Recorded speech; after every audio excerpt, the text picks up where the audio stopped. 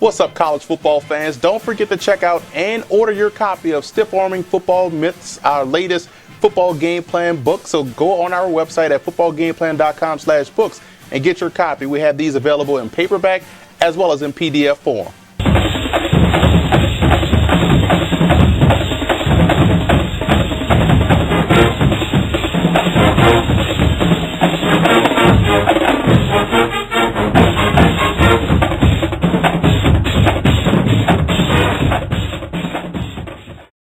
For Army in this ball game, it's going to be important that they win up front defensively versus Navy. Right now, those backers of the Black Knights are trying to get off blocks from those linebackers. The defensive line, they have to do their part and keep those guys clean so that way they can have free reign to the football. And quarterback Angel Santiago must be able to connect on the passes downfield when the opportunity presents themselves. That's the difference between Navy's option and Air Force's option. They can hit those passes downfield. It's up to Army to be able to back up that box a little bit by hitting some big plays in the passing game very early in this contest, and they must be able to attack the perimeter with both running backs Raymond Maples and Terry Baggett. I think those two guys have a little bit more explosiveness than Dixon, who runs on the inside. I think they can exploit the outside defense, the perimeter defense of Navy, if they get those guys Maples and Baggett going very early.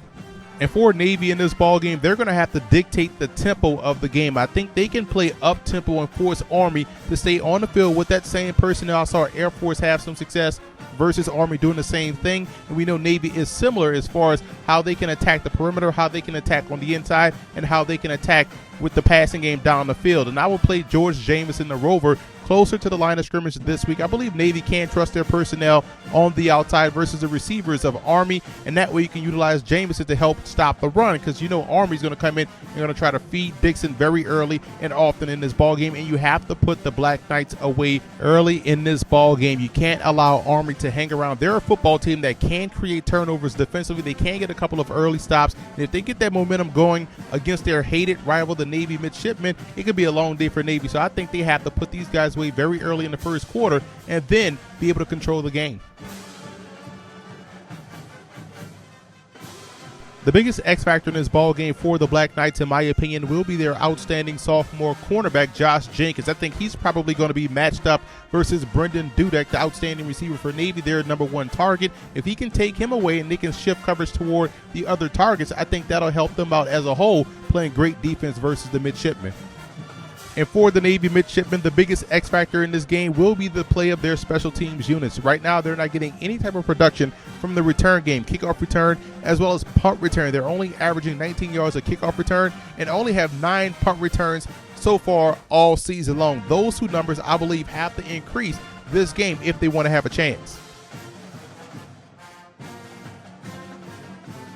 Now, here are some 2015 draft prospects you want to keep an eye on in this ball game. And remember, the military programs, Army, Navy, and Air Force, have the 2-year commitment rule, so you won't see these guys playing professional football until 2 years from now. But when you look at Larry Dixon, the running back of Army, and Parrish Gaines, the free safety of Navy, both guys will be down in Tampa at the East-West Shrine game, so you can see them against top competition. But when you look at the players on this list, I've seen both teams live. They do have some talent on the roster, big-time talent in the backfield for Army. And for Navy, you look at 2 juniors, Keenan Reynolds and also Bernard Sauer, the defensive tackle, guys that have a bright future ahead of them.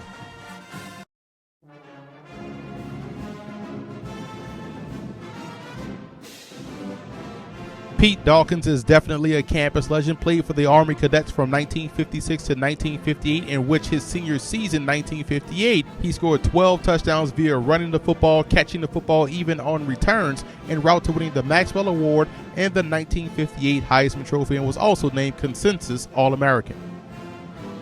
Eddie Erdelatz was one of the best coaches in Navy history, coached the midshipmen from 1950 to 1958, compiling a record of 50, 26, and 8, also going 2-0 in bowl games, the 1955 Sugar Bowl, in which he knocked off Ole Miss, and the 1958 Cotton Bowl, in which he defeated the Rice Owls.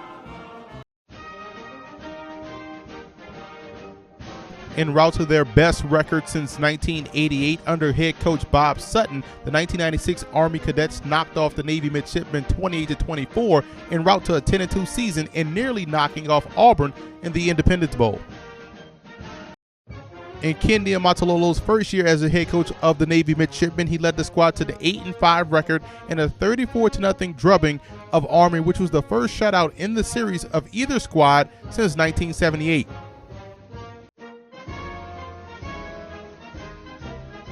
I like Navy in this ball game. Just a very complete football team. They can run the option. We know that already, but they can throw the football very well efficiently. They have one of the best quarterbacks in the country in Keenan Reynolds, and defensively, I think they do a great job in slowing down Larry Dixon and making this an Angel Santiago versus Keenan Reynolds ball game. So look for Navy to win their 13th straight Army-Navy game.